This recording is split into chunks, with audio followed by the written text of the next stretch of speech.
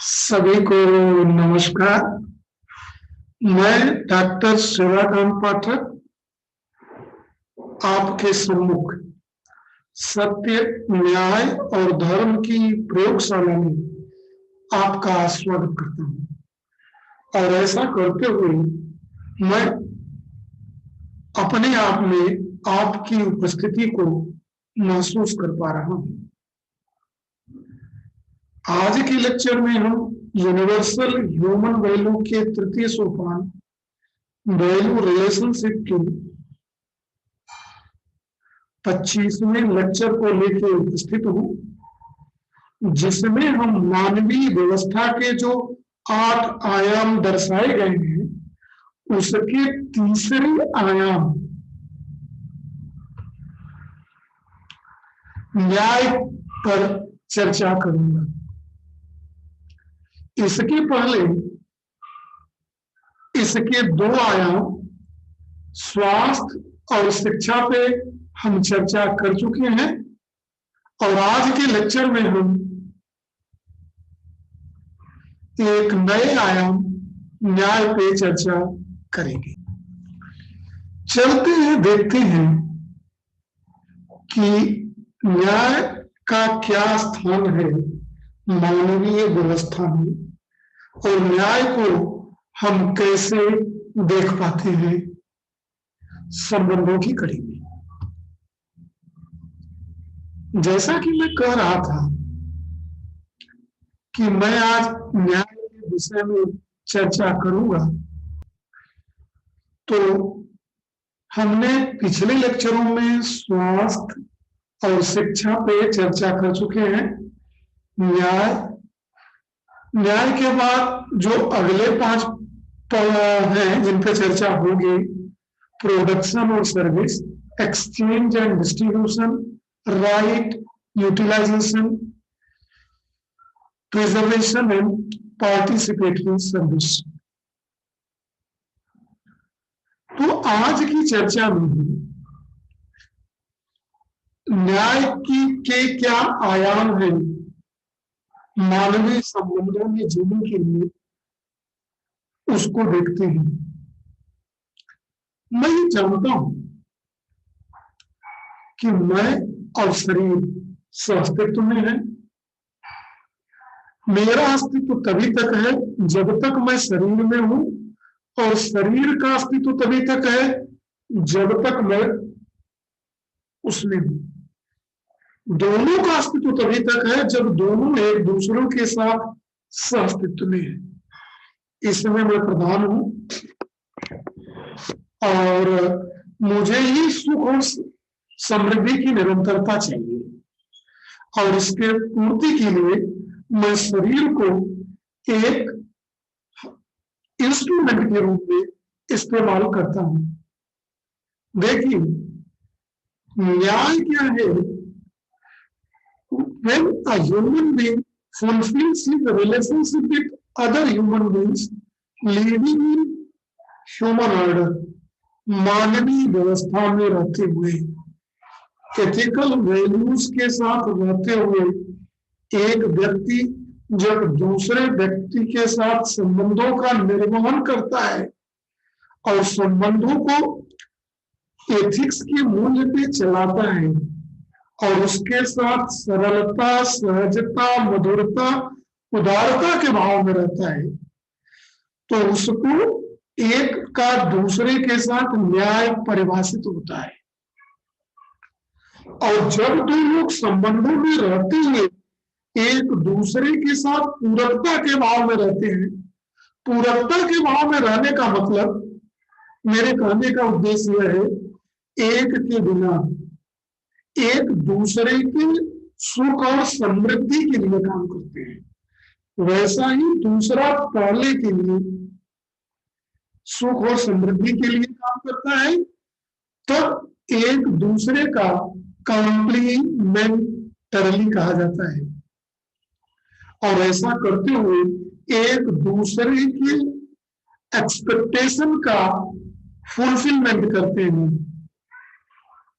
और एक दूसरे को संबंधों को सही रूप से पहचान पाते हैं, उन संबंधों का एथिकल वैल्यू के आधार पर निर्वहन करते हैं, तो एक दूसरे के साथ न्याय सुरक्षित होता है। न्याय का एक और आयाम है to fulfil obligations and duties while living in relationship. जब हम दूसरे मानव के साथ संबंधों में जीते हैं, तो उसके साथ जीते हुए अपने ऑब्लिगेशंस और उत्तरदायित्व को, ड्यूटीज का जब हम निर्वहन करते हैं, तब भी मैं संबंधों में न्याय कर पाता हूं। मानव को एक दूसरे के साथ हार्मोनी की स्टेट में रहने के लिए यह जरूरी है कि एक दूसरे के साथ संबंधों में न्याय कर सके, और ऐसा करते हुए जो मानवीय परंपरा है, मानवीय व्यवस्था है, एक दूसरों के सुख और हितों का ध्यान रखते हुए जीने का, सहयोग के साथ जीने का तब करते हैं, तब हम संबंधों में न्याय सुनिश्चित कर पाते हैं। चलते हैं अगली स्लाइड पे, देखते हैं कि goal and achievement of dimension of justice. न्याय के जो विभिन्न आयाम हैं, कहां से कहां तक न्याय होता है, किन सिद्धांतों के साथ जीने में, मानव के साथ सहज स्वीकृति के आधार पर सेल्फ एक्सप्लोरेशन करते हुए अपने संबंधों की पहचान और संबंधों को एथिकल वैल्यू के साथ जीते हुए करते हैं। तो ये यहां तक ये संबंधों में तो न्याय सुनिश्चित होता है कि यह न्याय के विभिन्न डायमेंशंस होते हैं। उसका उद्देश्य क्या है, उसकी प्राप्ति क्या है? Objective of justice to create an environment for mutual trust in society. जो मुख्य उद्देश्य है, एम है न्याय का, एक ऐसा माहौल पैदा करना है समाज में कि एक दूसरे के प्रति विश्वास का भाव जागृत हो सके। अगर हम आप संबंधों में हैं और हमारा आप पर विश्वास नहीं है, तो ये संबंध चल नहीं पाएगा, वही संबंध की समाप्ति हो जाएगी, और ऐसी स्थिति में एक दूसरे को संबंधों का निर्वहन हम नहीं कर पाएंगे। दोनों लोग संगीतमय स्थिति में नहीं रह पाएंगे। दूसरा उद्देश्य है, जो हमने हार्मोनी इन ह्यूमन रिलेशनशिप की बात की, मानव संबंधों में जो सरलता, सहजता, उदारता और संगीतमय स्थिति में रहने की बात जो मैं कह रहा हूं, जिसके कारण दोनों के बीच उभय सुख की प्राप्ति, तृप्ति की प्राप्ति he is the achievement of justice. जब संबंधों में जीते हुए संबंधों के साथ न्याय करेंगे, तो दोनों जीते हुए दोनों को उभय तृप्ति की प्राप्ति होगी।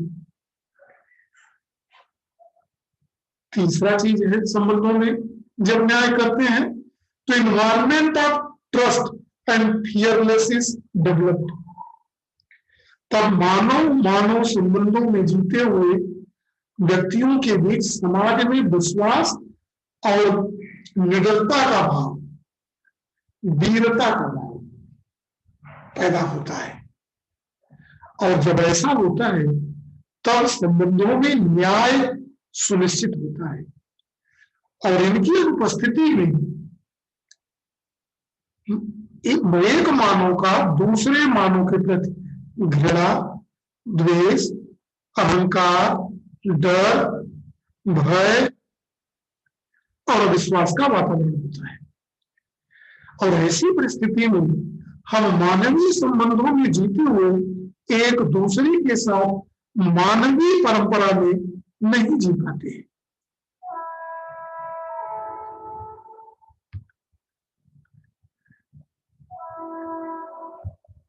जो ये स्लाइड है वो जो है पिछले लेक्चर में हम संबंधों में न्याय की चर्चा लेक्चर नंबर 5 और 6 में कर चुके हैं। और उसमें करते हुए संबंधों में मैं 4 बिंदुओं की बात किया था। कहा था संबंधों की पहचान, recognition in relationship, fulfilment of value, जो यूनिवर्सल वैल्यूज है, एथिकल वैल्यू, संबंधों में कैसे उभय तृप्ति के भाव में जिया जाए, किन मानकों के आधार पे, किन गाइडलाइनों के आधार पे, वह जो उसकी निर्वहन, उसकी तृप्ति का भाव। तीसरा है उसके बाद जो वह सुख की प्राप्ति होगी उसका मूल्यांकन और उभय सुख, जो भाव है विश्वास का, प्रेम का, से विश्वास से लेकर प्रेम तक का जो मूल भाव है, और उस भाव के फलस्वरूप जो उभय सुख की प्राप्ति है संबंधों में जीते हुए, इन सबको सुनिश्चित करना ही न्याय को सुनिश्चित करना है। देखें,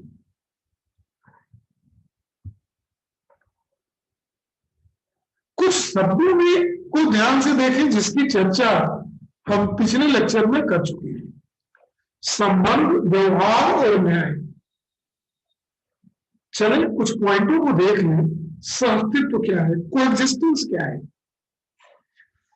एक कोएग्जिस्टेंस क्या है, एक तो मैंने कहा था कि मैं शरीर के साथ सहअस्तित्व में हूं और मैं दूसरे मानव के साथ भी सहअस्तित्व में हूं। मैं इस ब्रह्मांड में सभी इकाइयों के साथ सहअस्तित्व में हूं। यह संबंधों का ज्ञान, संबंधों का सही ज्ञान सहअस्तित्व का ज्ञान है। और जब संबंधों का ज्ञान हो जाए तो उस ज्ञान में पूरकता के साथ जीना, मानव के साथ जीना, दूसरी मानव इकाई के साथ जीना ही व्यवहार है, बिहेवियर है। और यह पूरकता के भाव में जीना, living with complementarity of behaviour, और इस भाव में जीते हुए जो भाव है उस भाव की पूर्ति करना ही न्याय सुनिश्चित करना है। अब ये भाव क्या है? भाव में 2 हैं, 18 भाव कहे गए थे, 9 एस्टेब्लिश्ड वैल्यू और 9 एक्सप्रेस्ड वैल्यू। जो एस्टेब्लिश्ड वैल्यू है, जो स्थापित मूल्य है, वह विश्वास से शुरू होता है और सम्मान से चलता हुआ प्रेम पे समाप्त होता है। Trust, respect and ends to the love. और हर एस्टेब्लिश्ड वैल्यू का एक एक एक्सप्रेस्ड वैल्यू भी होता है, जो पिछले कई लेक्चरों में समझाया जा चुका है। इसको देखने के लिए पिछले लेक्चरों को जरूर देख लें। ये सारे लेक्चर हमारे YouTube चैनल सेवा काम पाठक पर उपलब्ध है। इसलिए जब नॉन स्टेब्लिश्ड वैल्यू है तो हर स्टेब्लिश्ड वैल्यू का एक एक्सप्रेस्ड वैल्यू है, वह कॉम्प्लीमेंटेरीनेस से लेके यूनानिमिटी तक, एक रूप तक, अनन्यता तक। ये हर स्टेब्लिश्ड वैल्यू का एक एक्सप्रेस्ड वैल्यू है और इस वैल्यू की पहचान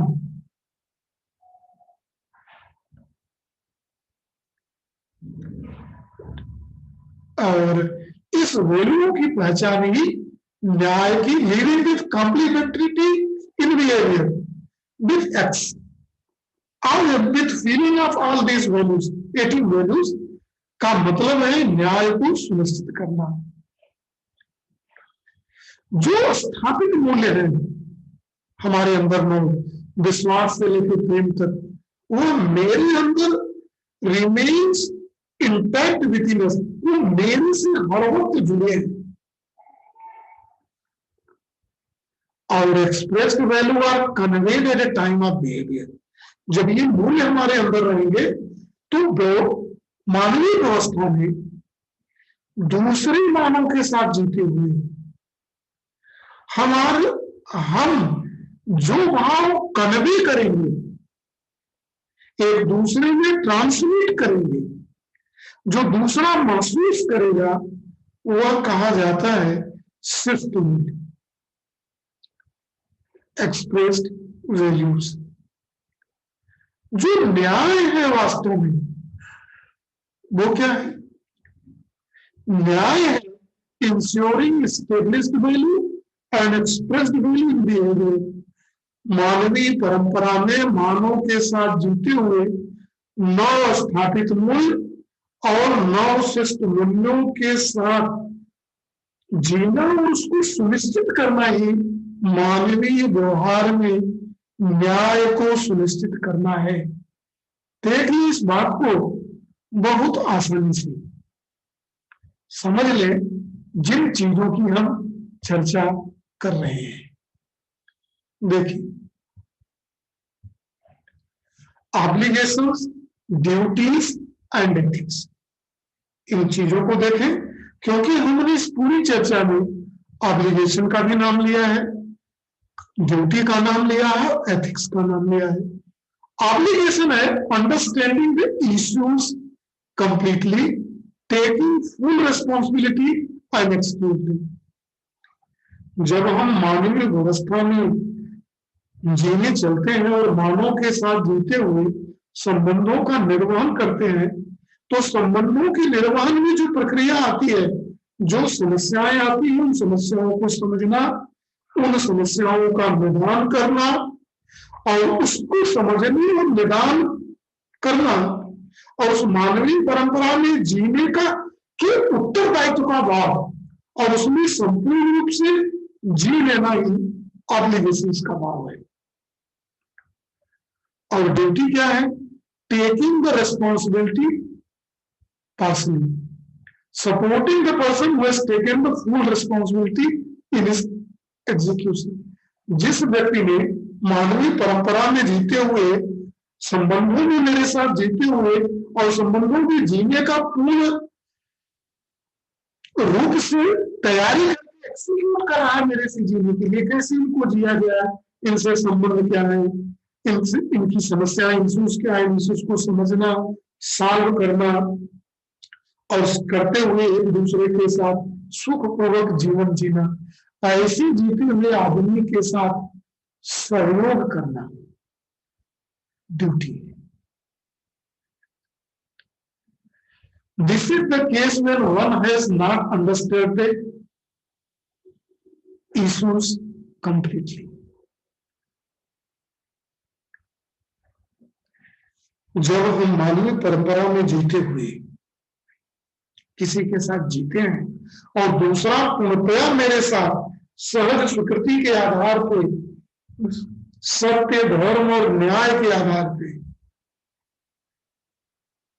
अस्तित्व के भाव से मेरे साथ जीता है और मेरा जीने में सहयोग करता है, मेरी क्षमताओं के बढ़ाने में हमारी मदद करता है। और जब वो करता है तो जब उसकी हम मदद करते हैं तब हम अपनी ड्यूटी निभाते हैं। दूसरे शब्दों में कहे, executing the thing with understanding is obligation.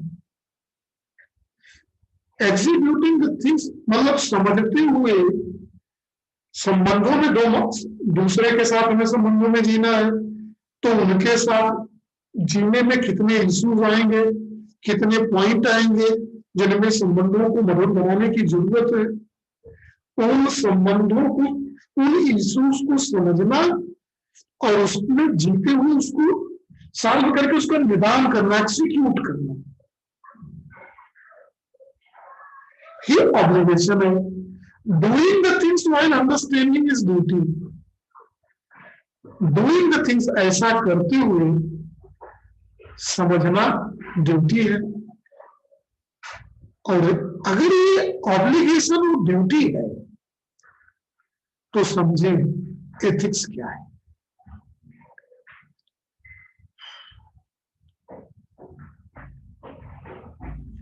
Ethics क्या है? Whatever we have been given as a duty and whatever we are doing as a obligation, if we execute it properly in terms of ethics, otherwise it is unethical. कह रहे हैं कि दो part है संबंधों में जीते हुए, एक है ड्यूटी निभाने वाला, एक है ऑब्लिगेशन। तो दोनों में एक जो सभी चीजों को, सभी इश्यूज को समझ के दूसरे मानव के साथ पूर्णतया उभय सुख की प्राप्ति हुई संबंधों को कायम रखते हुए जी रहा है, वो ऑब्लिगेशन है। और जो ऐसा समझ पाने में उसका सहयोग कर रहा है, वो अपनी ड्यूटी निभा रहा है। अगर दोनों के दोनों नेचुरल एक्सेप्टेंस के आधार पे यूनिवर्सल ह्यूमन वैल्यू की गाइडलाइन के अनुसार प्रॉपरली संबंधों में जीने की जो भी प्रोसेस है, उस प्रोसेस को एक्सिक्यूट कर रहे हैं, तो वो एथिक्स कहा जाएगा। अगर वो स्वयं के फायदे के लिए काम कर रहे हैं, वेरिएबल कॉन्सेप्ट के आधार पर काम कर रहे हैं, यूनिवर्सलिटी के कारण नहीं कर रहे हैं, तो वो अनएथिकल कहा जाता है। देखिए, ज्ञान क्या है? नॉलेज।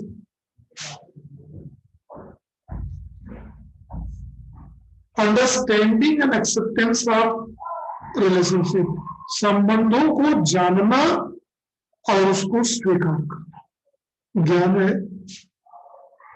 सभी भावों को ensuring feeling and thought and relationship in the self resolution, संबंधों में जिया कैसे जाए, इस समस्या का समाधान क्या है, ये सुनिश्चित करना कि सही भाव, सही विचार मेरे अंदर है दूसरे मानव के साथ संबंधों में जीने के लिए।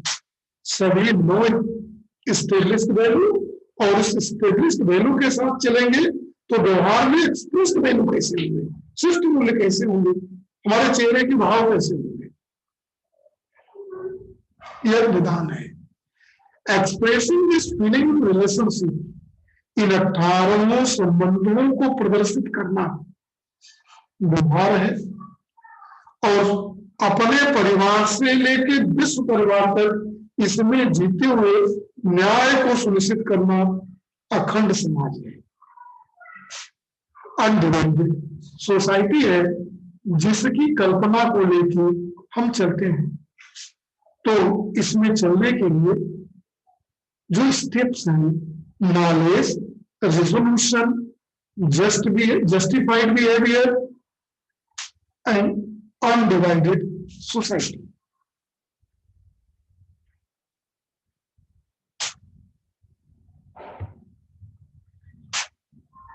चलते हैं अगली स्लाइड में, देखते हैं कि what is the process of behaviour, what should be process. मानव मानव संबंध में जीना, ह्यूमन ह्यूमन रिलेशनशिप, ये धारणा है, innateness feeling in the relationship, संबंध मानव मानव संबंधों में जीना, यह मानव का फंडामेंटल कैरेक्टरिस्टिक है। और जब ये उसका इनेटनेस है, यह इसकी फंडामेंटल कैरेक्टर है, ये इनबिल्ट सॉफ्टवेयर है उसके अंदर के संबंधों में। अगर हम नहीं जी पाते हैं तो हम उसको पहचान ही नहीं पा रहे हैं। तब हम मानवीय अवस्था में रहोगे, जानवर की अवस्था में जी रहे। फिर enact feeling in relationship is thought of fulfil the feelings. जब 18 भाव, 9 एस्टेब्लिश्ड वैल्यू और 9 एक्सप्रेस्ड वैल्यू, 9 स्थापित मूल्य, विश्वास से लेकर प्रेम तक और कॉम्प्लीमेंटरिटी से लेकर यूनानिमसली तक, अनन्यता तक, जो भाव है, इन भावों का सही विचार और विचारों को फिर के साथ संबंधों की निर्वहन करते हुए तृप्ति का भाव व्यवहार है, उसका मूल्यांकन हर वक्त करते रहना चाहिए हर इंडिविजुअल में। जब ये व्यवहार करते हुए दूसरे मानव के साथ जाता है तो वो दूसरे के ऑब्जर्वेशन को वो पहचानता है, उसके व्यवहार को पहचानने का कार्य करता है। और उसके बाद पहचानने की कड़ी में क्या होता है, evaluation of values being indicated, जो दूसरे मानों में जो वैल्यूज दिखाई देते हैं उसका मूल्यांकन करता है और दूसरों के सुख को अपने सुख में वो महसूस करता है। जब एक से दूसरा ये प्रोसेस जब होता है तब उभय सुख का भाव एक दूसरे में पैदा होता है। चलते हैं अंतिम स्लाइड को देखते हैं। क्या प्रोग्राम है न्याय को सुनिश्चित करने के लिए? इन 4 पॉइंटों पे हम चर्चा करेंगे। पहला पॉइंट है justice begin in the family with fulfilment of mutual relationship. उभय संबंधों की पूर्ति। परिवार में जितने भी लोग हैं उनके साथ सही संबंधों में जीने की शुरुआत न्याय की शुरुआत है। सही संबंधों में तृप्ति के भाव से जीने का जो उभय सुख होगा हर को एक दूसरे के साथ। और to ensure justice in family it is necessary to develop the ability to ensure the justice in an individual. परिवार में जितने लोग हैं, संबंधों में जितने लोग हैं, न्याय यह भी है कि परिवार में सभी को ये योग्यता डेवलप करने में मदद करनी चाहिए, उनको प्रोग्राम बनाना चाहिए। इस तरह का मैं माहौल बनाऊं कि सबके सब लोग संबंधों में जिए और न्याय की रूप में जी पाए, ऐसी क्षमता डेवलप कर पाए, तब हम न्याय सुनिश्चित करना शुरू करते हैं। संबंधों में जीने की शुरुआत, न्याय की शुरुआत और सबके अंदर क्षमताओं का विकास, तो न्याय को सुनिश्चित करने की दिशा में आगे बढ़ना। और अगर हम संबंधों का अर्थ समझते हैं तो इस संबंधों के अर्थ में देखिए ability to recognise in relationship. अगर संबंधों के महत्व को समझने की योग्यता मेरे अंदर हो जाए, और दूसरा ability to ensure the value in oneself. परिवार में रहने वाले सभी पारिवारिक सदस्यों के, समाज में रहने वाले सदस्यों के, सबके अंदर ये क्षमता सुनिश्चित कर पाऊं कि वो एथिकल वैल्यू और गाइडलाइन और नए भाव और नए विचारों को समझते हो और जानते हो, सही भाव और सही विचार से रहते हो। इसकी क्षमता डेवलप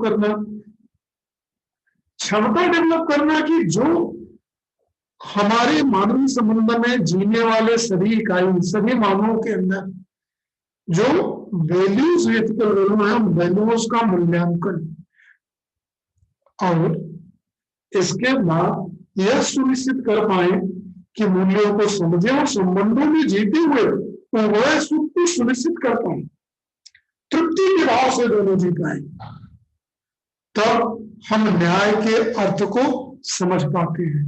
और ऐसा करते हुए सबसे पहले हम अपने परिवार में, परिवार से पहले अपने मैं और शरीर के अंदर, परिवार के अंदर, परिवार से बाहर निकले तो गांव में, फिर 2 गांवों के बीच, ब्लॉक स्तर पे, जिले स्तर पे, प्रदेश स्तर पे, देश स्तर पे, ऐसा करते हुए विश्व परिवार तक अखंड मानवीय परंपरा को